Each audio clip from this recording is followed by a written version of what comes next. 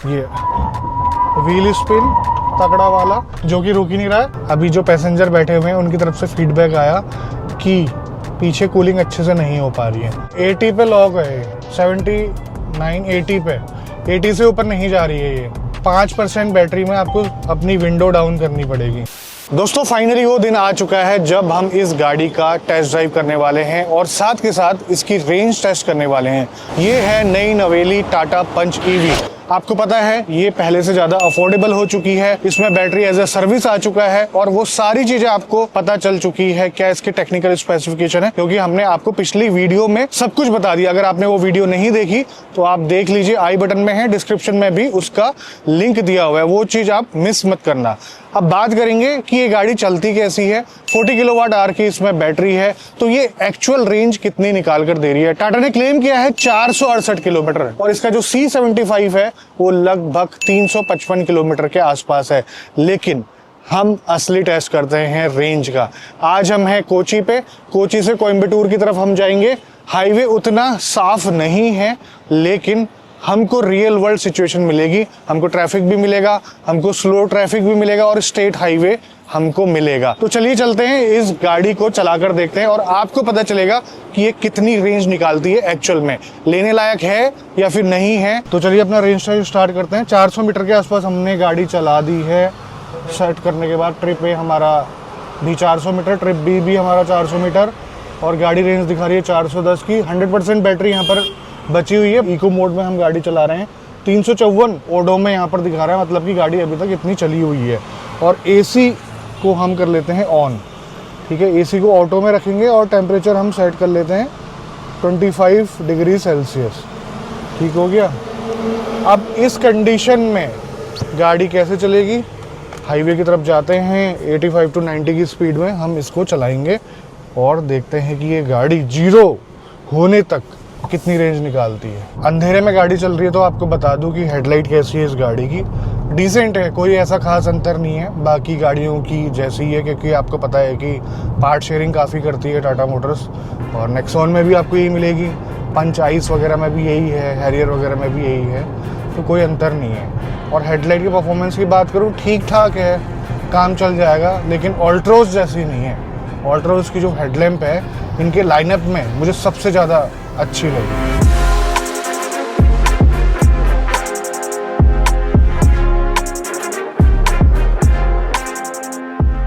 Okay, तो battery अभी बची है 90%, मतलब 10% का कंजप्शन हम लोगों ने कर दिया है। तो गाड़ी चली है 30 किलोमीटर।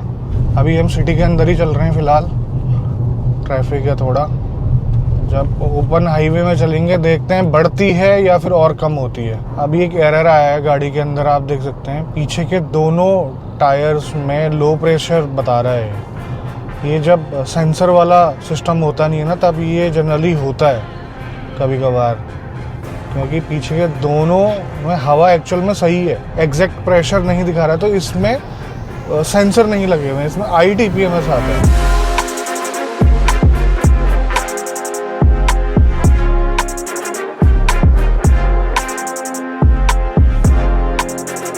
तो दोस्तों उजाला हो चुका है जैसा कि आप बाहर देख पा रहे हैं और हमारी गाड़ी चल चुकी है 100 किलोमीटर, 101 किलोमीटर हो गया है और बैटरी हमारी बची है 68% अभी। वाट आवर पर किलोमीटर है 126 और अभी के हिसाब से काफ़ी सही चल रहा है, तो ये गाड़ी 300 प्लस चल सकती है अभी के हिसाब से, बाकी हम देखते हैं।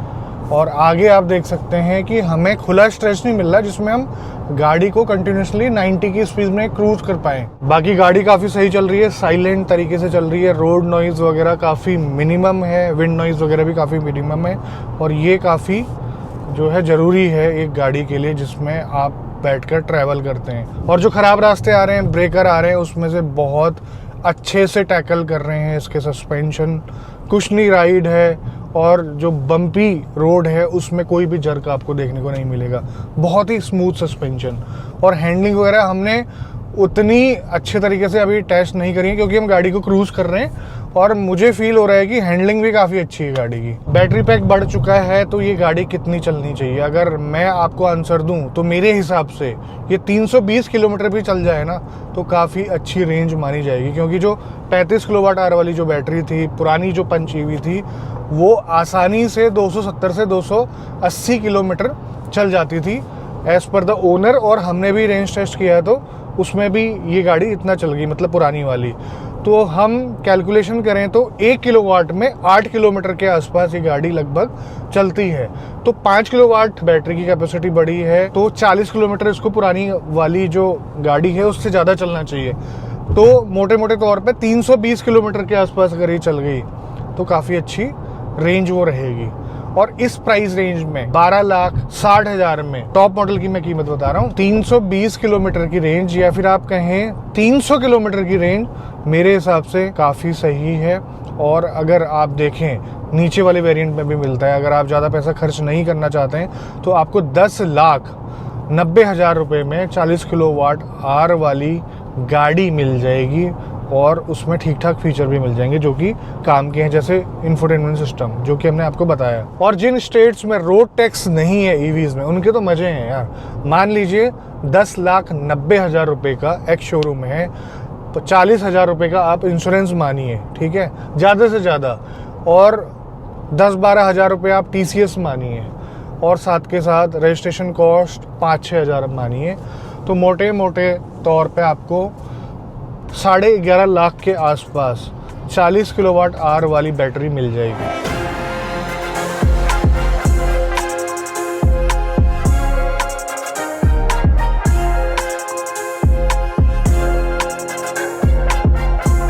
ओके, तो आप देख पा रहे हैं 160 किलोमीटर हमारी गाड़ी चल चुकी है, 50% बैटरी रिमेनिंग है और हम दोबारा से सिटी के अंदर पहुंच चुके हैं।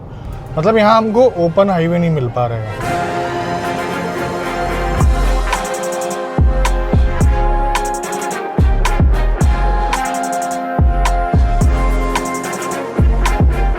तो अभी तक हमने गाड़ी चला ली है 211 किलोमीटर। एनर्जी कंजप्शन है हमारा 122 वाट आवर पर किलोमीटर का, और 35% अभी हमारी बैटरी बाकी है। मतलब कि ठीक ठाक ये रेंज निकाल कर दे रही है। और 35% पे 3 किलोमीटर पर परसेंट के हिसाब से हम अगर मान के चलें तो ये हमारी गाड़ी 100 क्रॉस अभी कर सकती है, मतलब कि 315 के आसपास चल जाएगी। अब ये रही बात चलने की, वो तो हम अपनी जर्नी पूरी बताएंगे आपको कितना चली या फिर नहीं चली। और उससे पहले मैं आपको बता दूं कि ये एक्चुअल में चलने में कैसी है। स्पोर्ट्स मोड सबसे पहले मैं यहाँ पर लगा लेता हूँ, और हम इस बैटरी में एक्सेलरेशन भी चेक कर रहे हैं सेम बैटरी में, जो कि नॉर्मली लोग करेंगे नहीं। ये देखिए बहुत ही ज़बरदस्त एक्सेलरेशन। ये देखिए मैं एक बार गाड़ी को रोकता हूँ साइड में, 0 to 100 करके देखेंगे, जो कि टाटा ने क्लेम करा है 9 सेकेंड का। ये व्हील स्पिन तगड़ा वाला जो कि रुक ही नहीं रहा है, एक्सीलरेटर पेडल से मुझे पैर हटाना पड़ा, और ये एर्टिगा आ गई। तो ओवरऑल एक्सेलरेशन काफ़ी अच्छा है, कोई इसमें दो राय नहीं है। आपको पता है कि ईवीज़ का एक्सेलरेशन कितना अच्छा होता है, और स्पोर्ट्स मोड में स्टीयरिंग में भी अच्छा खासा वेट आ जाता है। और स्पोर्ट्स मोड ना भी हो तो ये फिर भी काफ़ी अच्छा रिस्पॉन्ड करता है और काफ़ी एक्यूरेट भी है। गाड़ी का साइज़ छोटा है तो मनूवर करना भी काफ़ी आसान है, 360 डिग्री कैमरा वगैरह सब कुछ आपको मिल ही जाता है। तो ओवरऑल मैं बात करूँ जो इम्प्रूवमेंट्स हुए ना गाड़ी के, जो आपको मैंने पिछली वीडियो में बताए थे, उस हिसाब से गाड़ी काफ़ी बढ़िया चल रही है। और इको मोड में भी मुझे पावर की कोई भी कमी नज़र यहाँ पर नहीं आ रही है। मतलब डे टू डे लाइफ में इको मोड भी काफ़ी सफिशेंट है। मुझे किन चीज़ों की कमी लगी, हॉर्न मुझे बिल्कुल भी पसंद नहीं आया क्योंकि सिंगल हॉर्न इसमें है, और साथ के साथ ये जो कंट्रोल्स हैं ये टोटल अगर ये टच हटाकर मैनुअल या बटन दे देते वो काफ़ी अच्छा रहता। और साथ के साथ ये जो नॉब है ना, ये ज्वेल टाइप नॉब जिसे बोला जाता है, ये काफ़ी टाइम लगाती है। अगर आपको जल्दबाजी है, आपने गियर चेंज करना है, तो थोड़ा सा आपको इसका ध्यान देना पड़ेगा। ये अपना मतलब टाइम लेती है, आपके पास पेशेंस होना चाहिए। कभी आप जल्दीबाजी में आगे पीछे कर रहे हैं तो तब जाके आपको ये अनॉय कर सकता है। बाकी कंफर्ट के सारे संसाधन इस गाड़ी में लगे हुए हैं, जैसे वेंटिलेटेड सीट वगैरह, और एसी में भी चेंज किया है ऐसा टाटा मोटर का कहना है। जो ऑटोमेटिक क्लाइमेट कंट्रोल वाली यूनिट है वो थोड़ी अलग है पुरानी वाली की कंपैरिजन में, और काफ़ी अच्छा काम कर रहा है। केरला में बहुत गर्मी है, यहाँ पर ह्यूमिडिटी काफ़ी ज़्यादा है, तो हमें एज सच कोई दिक्कत नहीं हो रही है। और बिना एसी के आप यहाँ पर गाड़ी नहीं चला सकते। पंच आइस की तरह भी इसमें इम्प्रूवमेंट कर दिया है, यहाँ पर सेपरेट लॉकिंग मैकेनिज़्म आपको मिल जाता है, जिसकी वजह से आपकी गाड़ी में कोई भी पैसेंजर बैठा होगा तो चलती गाड़ी में विंडो नहीं खोल पाएगा। हमने 250 किलोमीटर कंप्लीट कर लिए, 23% बैटरी हमारी जो है रिमेनिंग है। अब हम यू टर्न ले लेते हैं क्योंकि हमें 76 किलोमीटर जाना है उल्टा, तो कहीं बैटरी ख़त्म ना हो जाए उससे पहले और हमें मजबूरन स्लो स्पीड में गाड़ी ना चलानी पड़े, उसके लिए टाइम से यू टर्न ले लेते हैं। इस गाड़ी में एक और कमी लगी, लगभग 13 लाख के आसपास कस्टमर इसके देगा टॉप मॉडल के, उसको भी पीछे एसी वेंट की सुविधा नहीं है सेकंड रो में। अभी जो पैसेंजर बैठे हुए हैं उनकी तरफ से फीडबैक आया कि पीछे कूलिंग अच्छे से नहीं हो पा रही है, क्योंकि यहाँ पर गर्मी बहुत ज़्यादा है। तो ये चीज़ें प्रैक्टिकली हम लोग देख पा रहे हैं यहाँ पर। तो देखिए अभी जो गाड़ी है हमारी 280 किलोमीटर चल चुकी है और 15% बैटरी यहाँ पर अभी बाकी है। 280 किलोमीटर में मैं इसलिए दिखा रहा हूँ आपको क्योंकि जो पुरानी वाली पंच ईवी जो 35 किलोवाट आवर वाली थी वो लगभग इतनी ही चलती है, और इसमें 15% बैटरी बाकी बची हुई है। तो आप मान के चलो कि इसका 10 से 15% मोटे मोटे तौर पे इसका इजाफा हुआ है और इम्प्रूवमेंट हुआ है, तो ये सही बात है। अब इस 15% में कितनी चलेगी वो देखने वाली बात है, और हमें जाना है 45 किलोमीटर।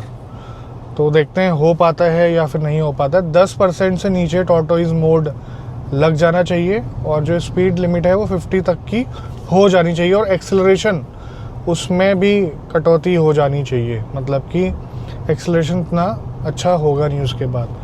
अब देखते हैं एसी काम करेगा नहीं करेगा, वो बात की बात है। जब 10% में पहुंचेंगे तब आपको बताएंगे। और हम लगभग सिटी के अंदर ही चल रहे हैं, तो स्पीड भी हमारी थोड़ी स्लो हो चुकी है। अब देखिए इसकी ब्रेकिंग के बारे में बात कर लेते हैं। काफ़ी देर हो गई मुझे इस गाड़ी को चलाते हुए, और काफ़ी बार ब्रेक मार लिए मैंने, तेज़ स्पीड में भी स्लो स्पीड में भी। ब्रेकिंग में मुझे कोई भी प्रॉब्लम नहीं लगी। पहले पीछे डिस्क आता था, अब उसको हटा के ड्रम कर दिया गया। उसका कुछ ऐसा कोई फ़र्क पड़ नहीं रहा मुझे, तो ये लग रहा है मतलब आराम से गाड़ी रुक जा रही है। हो सकता है कि डिस्क से उतना एडवांटेज मिल ना रहा हो इन्हें, तो तभी इन्होंने निकाला हो, और या तो इन्हें रियलाइज़ हुआ हो कि ये जो एग्जिस्टिंग सेटअप है फ्रंट डिस्क रियर ड्रम वाला ये सफिशिएंट है इस गाड़ी के लिए ब्रेकिंग के लिए, तो हो सकता हो उस वजह से हटा दिया हो। लेकिन हाँ, ब्रेकिंग में कोई दिक्कत नहीं है। देखिए गाड़ी की जो बैटरी है 10% से नीचे हो चुकी है, अभी 9% यहाँ पर दिखा रहा है, और इसमें टॉर्टोइज मोड का यहाँ पर सिंबल बना हुआ आ गया, लिमिटेड परफॉर्मेंस का नोटिफिकेशन भी आ गया, और गाड़ी यहाँ पर हमारी 91% बैटरी में 300 किलोमीटर की गाड़ी चल चुकी है। एक चीज़ मैं नोटिस कर पा रहा हूँ, वो मैं अभी आपको नहीं दिखा पाऊंगा क्योंकि आगे लग गया है ट्रैफिक जैम, कि ये गाड़ी ना 50 के ऊपर भी चल पा रही है, मतलब 70 तक ये गाड़ी चल जा रही है। पहले क्या होता था टॉर्टोइज मोड में एक्सेलरेशन तो काफ़ी वीक हो जाता था, उसके साथ साथ स्पीड लिमिट थी एक 55 किलोमीटर पर आवर की। अभी देखिए मैं यहाँ पर बढ़ाता हूँ, देखना ये 50 से ऊपर जा रही है ये, और 70 तक मैं इसे देख चुका हूँ। उसके ऊपर चलाने का यहाँ पर मौका नहीं मिला। मुझे लगता है कि 90 किलोमीटर पर आवर तक ये जाएगी, क्योंकि इससे पहले जो ईवी चलाई थी हमने टाटा मोटर्स की, जैसे हैरियर ईवी थी, वो भी 90 किलोमीटर पर आवर तक जा रही थी, तो अच्छी बात है। एसी अभी भी काम कर रहा है, ये अच्छी बात है। तो फाइनली हमने 300 किलोमीटर इस गाड़ी में कंप्लीट कर ली है, और हमारा होटल है लगभग यहाँ से 25 किलोमीटर की दूरी पे। देखते हैं क्या होता है, कितने % बैटरी के कंजप्शन के बाद ये यहाँ पहुँचती है।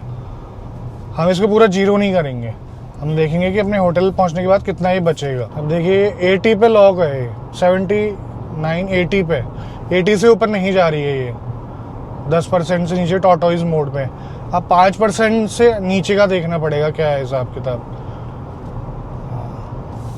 सही है, मैं आपको बोल रहा था 90 पे लॉक होगी, लेकिन ये 80 पे निकली। तो 5% में आ चुकी है बैटरी, कंटिन्यूसली बीप दे रहा है और गाड़ी 60 की स्पीड तक चल रही है मैक्सिमम। बहुत बढ़िया। फुल पैडल मैंने दबाया हुआ है तो 59 किलोमीटर पर आवर की स्पीड, 315 अभी तक टोटल चल चुकी है। अभी 10 किलोमीटर अभी हमने और चलना है। थोड़ी देर के बाद गाड़ी चलाकर ये पता चला कि एसी की जो कूलिंग है वो प्रॉपरली हो नहीं रही है, मतलब कि एसी ने काम करना बंद कर दिया। मतलब 5% बैटरी में आपको अपनी विंडो डाउन करनी पड़ेगी। 10% से नीचे लगभग 4.5 से 5 किलोमीटर चल रही है ये 1% बैटरी पे। तो दोस्तों फाइनली ये जो गाड़ी है 325 किलोमीटर के आसपास चली है, 3% बैटरी अभी रिमेनिंग है। और जैसे मैंने शुरुआत में बताया था कि 320 के आसपास अगर चल जाती है तो काफ़ी अच्छी एफिशिएंसी है इसकी बैटरी की। तो वैसा ही हुआ, 325 किलोमीटर के आसपास ये चल गई है। अभी भी और चल सकती है 15 किलोमीटर के आसपास, तो काफ़ी सही लगी मुझे। अब बात करते हैं क्यों लेनी चाहिए और किन लोगों को लेनी चाहिए ये गाड़ी। देखो अभी तक आपको पता चल गया कि ये गाड़ी काफ़ी अच्छी रेंज निकाल कर दे रही है। 300 प्लस की एक्चुअल रेंज इसने निकाली हमारे साथ, वो सारा कुछ हमने आपको दिखाया। और इस प्राइस पॉइंट में इससे ज़्यादा रेंज देने वाली कोई भी गाड़ी मार्केट में अवेलेबल नहीं है। और इसी वजह से इसके कई यूज केस बन जाते हैं। सबसे पहला यूज केस मैं आपको बता दूं, जिसके घर पे चार्जिंग का ऑप्शन है, मतलब कि घर पे जिसके गाड़ी चार्ज हो सकती है और उसकी रनिंग डेली की ज्यादा है 200 से 250 किलोमीटर सिटी के अंदर, तो वो ये गाड़ी ले सकता है। सिटी छोड़ो, कभी कभार इंटर स्टेट भी जाना पड़ता है, उसके लिए भी ये गाड़ी सही है, क्योंकि इसकी चार्जिंग स्पीड अब बढ़ चुकी है। 65 किलोवाट का ये लोड ले सकती है। यूज केस नंबर 2, जिनके पास बड़ी गाड़ियां हैं और घर पे दूसरी सेकेंडरी गाड़ी रखना चाहते हैं, उनके लिए भी ये गाड़ी काफी अच्छा ऑप्शन हो सकता है। सिटी के अंदर चलना है और साथ ही साथ लेडीज ने गाड़ी चलानी है, बच्चों ने गाड़ी चलानी है, तो ये एक अच्छा ऑप्शन हो सकता है। क्योंकि देखो ज्यादा पैसे भी खर्च नहीं करने और बार बार चार्जिंग का झंझट नहीं करना है, और कभी कभार आप लंबा निकल जाते हो फिर भी टेंशन नहीं लेनी है, सेम वही बात। और तीसरा यूज केस ये है कि अगर आपने ईवी लेनी है, आपको ईवी के बेनिफिट पता है और ज्यादा पैसा खर्च नहीं करना चाहते हैं, तो ये एक अच्छा ऑप्शन हो सकता है। मोटे मोटे तौर पे अगर मैं बात करूं तो इस गाड़ी को रिजेक्ट करने के रीजन काफी कम है, क्योंकि ये अपने आप में काफी अच्छा पैकेज है। देखो इसको लॉन्ग टर्म में रखने में भी कोई दिक्कत नहीं है, क्योंकि खरीदते वक्त आपके ज्यादा पैसे लग नहीं रहे हैं। दूसरा, इसमें आपकी लाइफ टाइम वारंटी है बैटरी की, अनलिमिटेड किलोमीटर्स की। तो इतने फायदे हैं इस गाड़ी के। छोटे मोटे नेगेटिव्स जो आपको बताए टाटा इंप्रूव कर देती है, तो काफी अच्छी बात है। बाकी आप भी इस गाड़ी को टेस्ट ड्राइव करिए, आपको काफी अच्छी लगने वाली है। अंदर से काफी प्रीमियम लगने वाली है आपको ये गाड़ी। जब आप इसको रोड में चलाएंगे, दिखने में ये पहले से ही अच्छी लगती है। थोड़े बहुत जो टचअप किए हैं टाटा मोटर्स ने, उससे ये और अच्छी लगने लग गई है। तो उम्मीद करता हूँ आपको सारी क्लैरिटी मिल गई होगी। आज की वीडियो में बस इतना ही। मिलते हैं बहुत जल्द आपसे एक नई वीडियो में। तब तक के लिए बाय बाय। ख्याल रखिए अपना। भारत माता की जय।